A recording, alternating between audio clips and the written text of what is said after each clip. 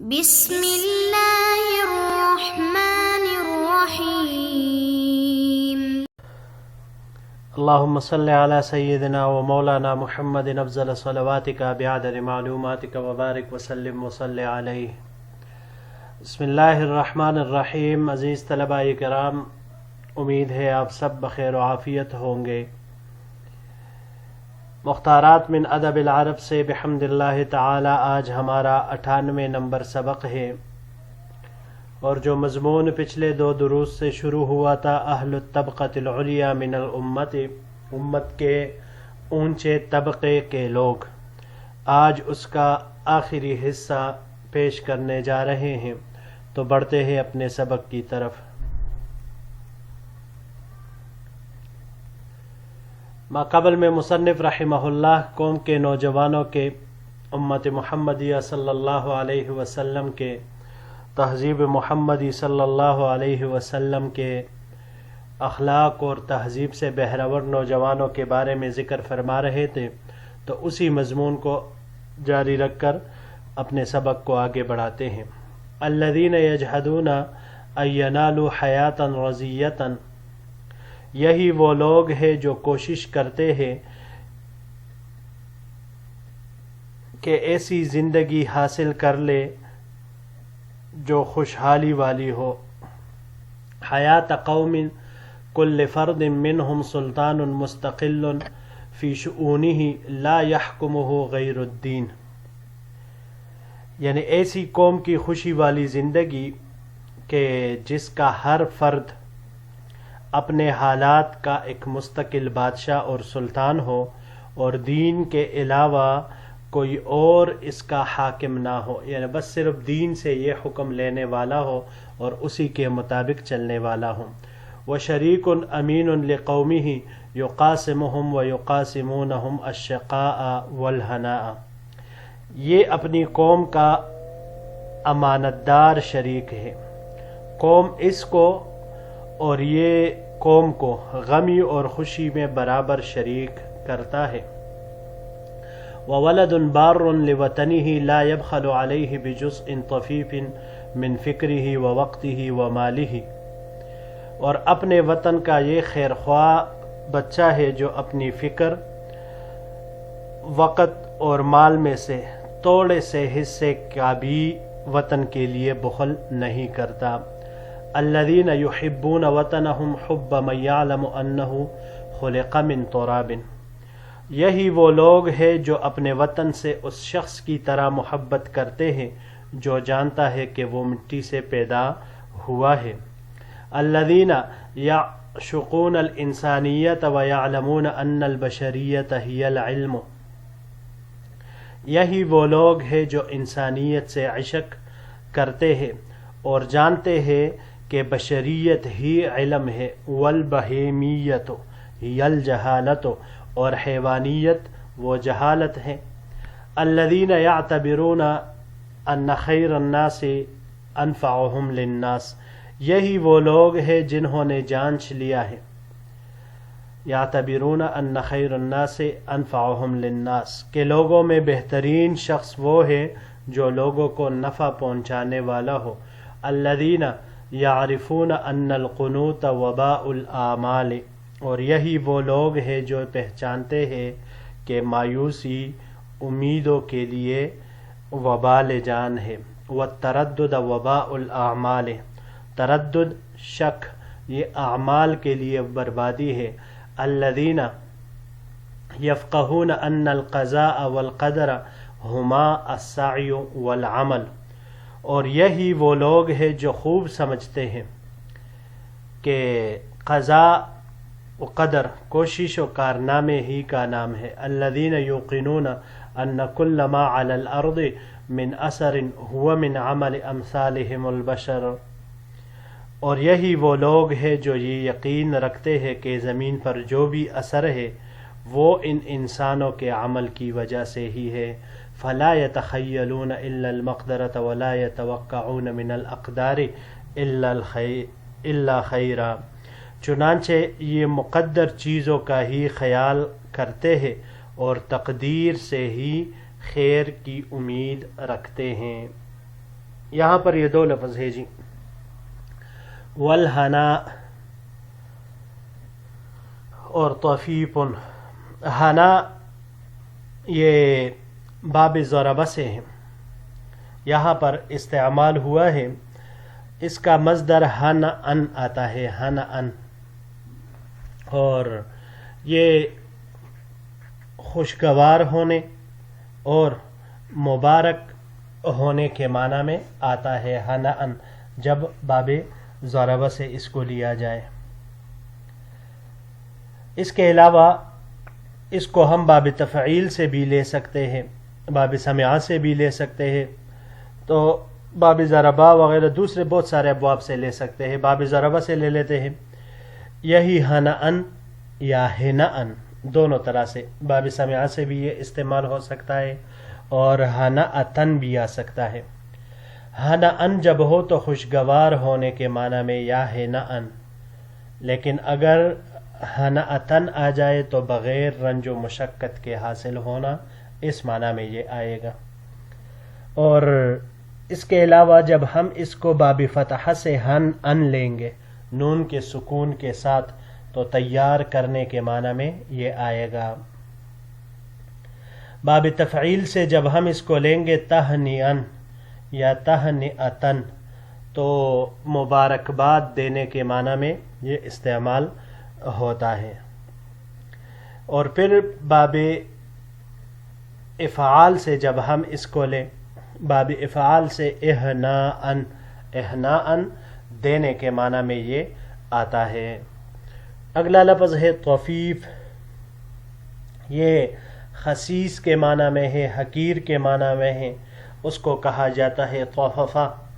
باب ضربہ سے طفن اور نصرہ سے بھی یہی مصدر اس کا آتا ہے، قریب ہونے کے معنی میں. اس کو جب ہم باب افعال پر لے جائے اتفافن، جھانکنے کے معنی میں آتا ہے. اور جب باب تفعیل سے لے لے تو تطفیفن، یہ بخل کرنے کے معنی میں آتا ہے. بڑھتے ہیں اپنے اگلے سلائیڈ کی طرف.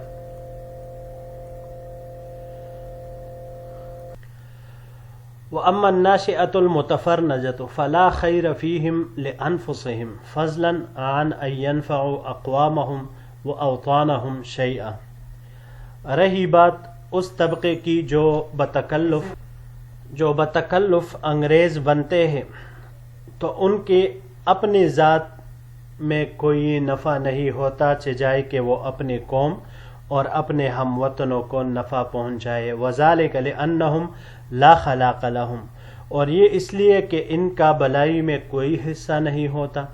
تتجاذبهم الاہواء کیف شاءت لا یتبعون مسلکا، خواہشات ان کو جہاں کھینچ کر لے جائے یہ چلے جاتے ہیں اس کے ساتھ، اور یہ کسی کی مسلک کی پیروی نہیں کرتے. ولا یسیرون علی ناموس مضطرد، اور نہیں کسی عمومی قانون پر چلتے ہیں. لأنہم یحکمون الحکمت فیفتخرون بدینہم ولکن لا یعملون به تہاونا وکسلا، کیونکہ یہ لوگ عقل مندی کے فیصلے کرتے ہیں اور اپنے دین پر بھی فخر کرتے ہیں. فیفتخرون بدینہم، اپنے دین پر فخر بھی کرتے ہیں، لیکن اس کو حقیر سمجھتے ہوئے اور کاہلی اور سستی کی وجہ سے اس پر عمل نہیں کرتے. جی دو الفاظ ہے یہاں پر، المتفرنجۃ، یہ انگریز جیسا بننا، یعنی جو انگریز نہ ہو اور بتکلف خود کو انگریز بنانا. فرنگی بھی کہا جاتا ہے، جیسے ایک ہوتا ہے مریض اور ایک ہوتا ہے متمرز. تو یہ بھی اسی طرح مریض وہ ہوتا ہے جو بیماری کی وجہ سے، مرض کی وجہ سے مریض ہو، لیکن متمرز وہ ہوتا ہے جو بغیر کسی مرض کے مریض خود کو دکھا رہا ہو بتکلف، تو اسے کہا جاتا ہے. اسی طرح اگلا لفظ ناموس. ناموس یہ شریعت کو کہا جاتا ہے، قانون کو کہا جاتا ہے، مبدأ کو کہا جاتا ہے. مختلف الفاظ کے ساتھ اس کی تعبیر ممکن ہے. بڑھتے ہیں اپنے اگلے سلائیڈ کی طرف. جی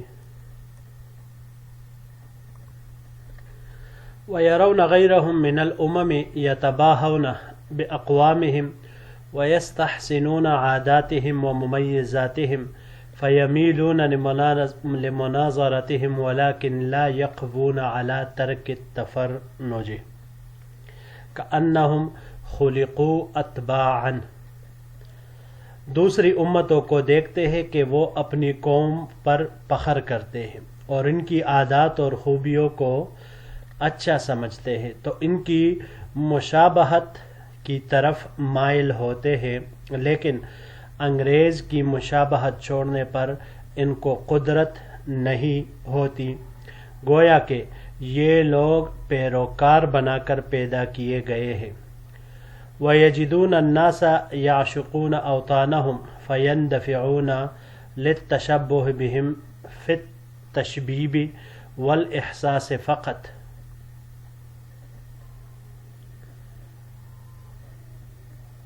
دوسری امتوں کو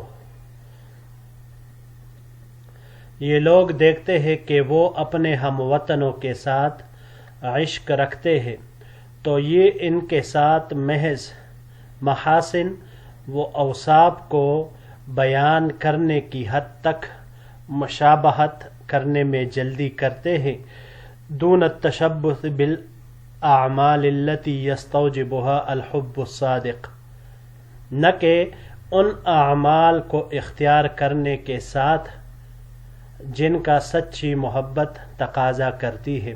والحاصل ان شؤون الناشئة المتفرنجة ايضا لا تخرج عن تذبذب تلون ونفاق يجمعها وصف لا خلاق۔ خلاصہ کلام، حاصل کلام یہ کہ بتکلف انگریز بننے والے طبقے کے احوال بھی تحیر، تزلزل اور نفاق سے باہر نہیں ہے، اور ان تمام احوال کا احاطہ یہ وصف لا خلاقہ یعنی بلائی میں ان کا کچھ حصہ نہیں ہوتا، یہ وصف ان سب باتوں کا احاطہ کرتا ہے۔ والواہنۃ ہر چیز کمزور طبقہ ہے، خیر منہم تو یہ پھر ان لوگوں سے بہتر ہوتا ہے، کس لیے؟ متمسکون بالدین ولو ریاء، تو وہ دین کو اختیار کرتے ہیں اگرچہ وہ دکھلاوے کے لیے ہو، وبالطاعۃ ولو عمیاء، اور وہ اطاعت کرتے ہیں اگرچہ اندھی ہو کر کرے۔ علی انہ یوجد فی المتفرنجۃ افراد غیورون کالراسخین من احرار الاتراک والملتہبین غیرہ تقتضی احترام مزیتہم یا مزیتہم، لیکن یہ بات بھی ہے کہ بتکلف انگریز بننے والوں میں کچھ غیور افراد بھی پائے جاتے ہیں، جیسے ترک کے آزاد لوگوں میں سے راسخین کہ جنہوں نے یا جن میں ایسی غیرت وہ شغل زن ہے جو ان کے خوبیوں کی احترام کی متقاضی ہے، یعنی ان میں بھی پھر ایسے چند غیور پائے جاتے ہیں جیسے ترک میں یہ چند ہے۔ جی یہاں پر یہ کچھ الفاظ ہے۔ پہلا لفظ یتباہون، بہیا تباہین باب تفاعل سے یہ یہاں پر استعمال ہوا ہے، باہم فخر کرنے کے معنی میں یہ آتا ہے۔ اس کو جب ہم باب نصرہ سے لے بہاءن کرم سے بھی تو خوبصورت حسین ہونے کے معنی میں آتا ہے، اور جب سمع سے اس کو لے بہن مصدر اس کا آئے گا ویران ہونے کے معنی میں۔ باب تفعیل سے تبہیتن اس کا مصدر آئے گا کشادہ کرنے کے معنی میں، اور اس کے علاوہ یہ باب مفاعلہ سے بھی استعمال ہو سکتا ہے، مباحاتن، مباحاتن یہ مقابلے میں فخر کرنے کے معنی میں یہ آتا ہے۔ اگلا لفظ ہے جی التشبیب، شبابہ. شبابہ یہ باب تفعیل سے یہاں پر استعمال ہوا ہے. شبب یشبب تشبیباً، اوصاف کو بیان کرنا، محاسن کو بیان کرنا. اگر باب ضربہ سے اس کو لیا جائے تو شباباً مصدر بھی آ سکتا ہے اور شبیبتاً بھی آ سکتا ہے جوان ہونے کے معنی میں.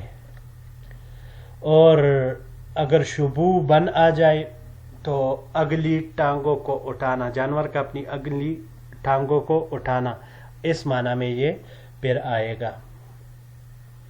تشبباً باب تفاعل سے